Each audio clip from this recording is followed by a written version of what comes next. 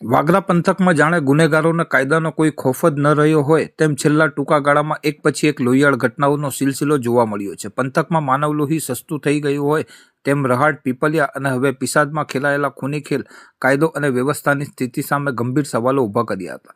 પિસાદ ગામે નજીવી બોલાચાલીમાં ઈંટના ઘા ઝીકી સૂર્યવર્ધન નામના યુવકનું ઢીમ ઢાળી દેવામાં આવ્યું હતું. આ સતત બની રહેલ ઘટનાઓએ જનતામાં ફફડાટ અને આક્રોશ ફેલાવ્યો છે, જેના કારણે પોલીસની સક્રિયતા પર માછલા ધોવાઈ રહ્યા હતા. જોકે આ પડકારજનક સ્થિતિ વચ્ચે વાગરા પોલીસે પણ પોતાની મજબૂત પકડ બતાવી છે. એક તરફ હત્યારાઓ બેફામ બન્યા હતા તો બીજી તરફ પોલીસે પણ ઈંટનો જવાબ પથ્થરથી આપીને ત્રણેય હત્યાના બનાવોમાં સામેલ તમામ નરાધમોને ગણતરીના કલાકોમાં જ લોખંડી સકંજામાં લઈ લીધા છે.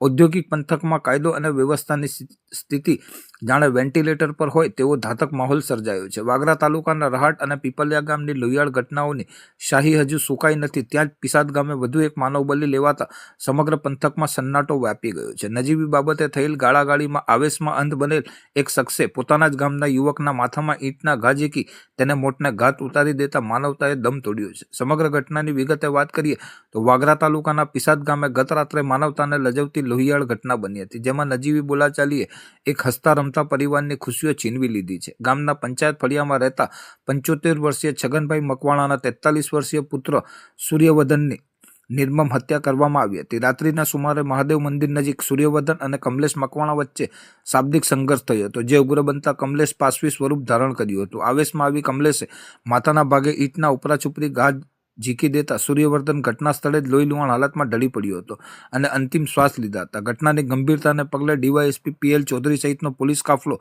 પિસાદ ખાતે દોડી ગયો હતો અને તપાસનો ધમધમાટ તેજ કર્યો હતો. વાગરા પોલીસે મૃતદેહને પોસ્ટમોર્ટમ અર્થે ખસેડી હત્યારા કમલેશ વિરુદ્ધ હત્યાની કલમો હેઠળ ગુનો દાખલ કર્યો હતો. 75 વર્ષીય લાચાર પિતા છગનભાઈ મકવાણાએ જ્યારે પોતાના જુવાનજોત પુત્રનો શત વિકસિત દેહ જોયો ત્યારે તેમના આક્રંદથી પથ્થરદિલના માનવીઓ પણ ધ્રુજી ઉઠ્યા હતા. અગાઉ રહાડ અને પીપલિયામાં થયેલ હત્યારાઓના ડાઘ હજી સુકાયા નથી, ત્યાં પિસાદમાં ખેલાયેલ આ તાંડવે પોલીસની ઊંઘ હરામ કરી દીધી હતી.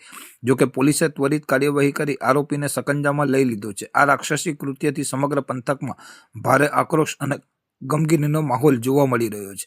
અંતરે ઉલ્લેખનીય છે કે વાગરા પંથકમાં ટૂંકા ગાળામાં હત્યાનો આ ત્રીજો બનાવ હોવાથી પોલીસ તંત્રની પ્રતિષ્ઠા દાવ પર લાગી હતી. જોકે ગુનેગારો ગમે તેટલા શાણા હોય પણ કાયદાના લાંબા હાથથી બચવું અશક્ય છે.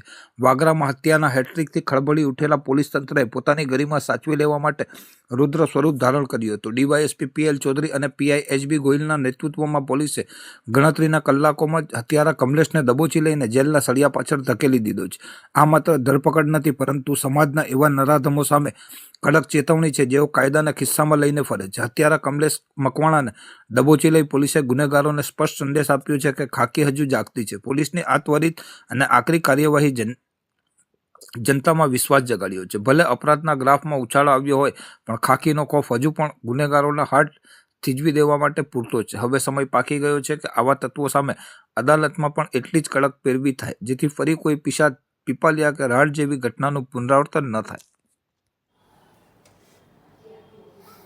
વાગરા પોલીસ સ્ટેશનમાં એક ખૂનનો ગુનો આજરોજ દાખલ થયેલ છે, જેમાં આ ગુનાના જે ફરિયાદી છે છગનભાઈ અંબાલાલ મકવાણા નામનો પુત્ર સૂર્યવર્ધન ઉર્ફે સુરેશ કે જે મરણ જનાર છે, તેઓ પિસાદ ગામે રાઠોડ ફળિયામાં ઊભા હતા.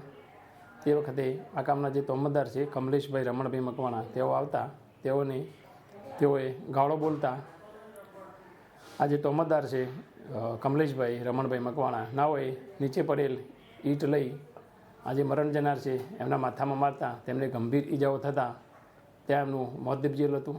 એ બાબતનો ગુનો વાગરા પોલીસ સ્ટેશનમાં નોંધાયેલો છે અને ગુનાની તપાસ હાલમાં વાગરા પોલીસ ચલાવી રહેલ છે અને આ ગુનામાં જે સંડોવાયેલ તોમતદાર છે એને વાગરા પોલીસે તાત્કાલિક અટક કરેલ છે અને આગળની તપાસ તેઓ ચલાવી રહેલ છે.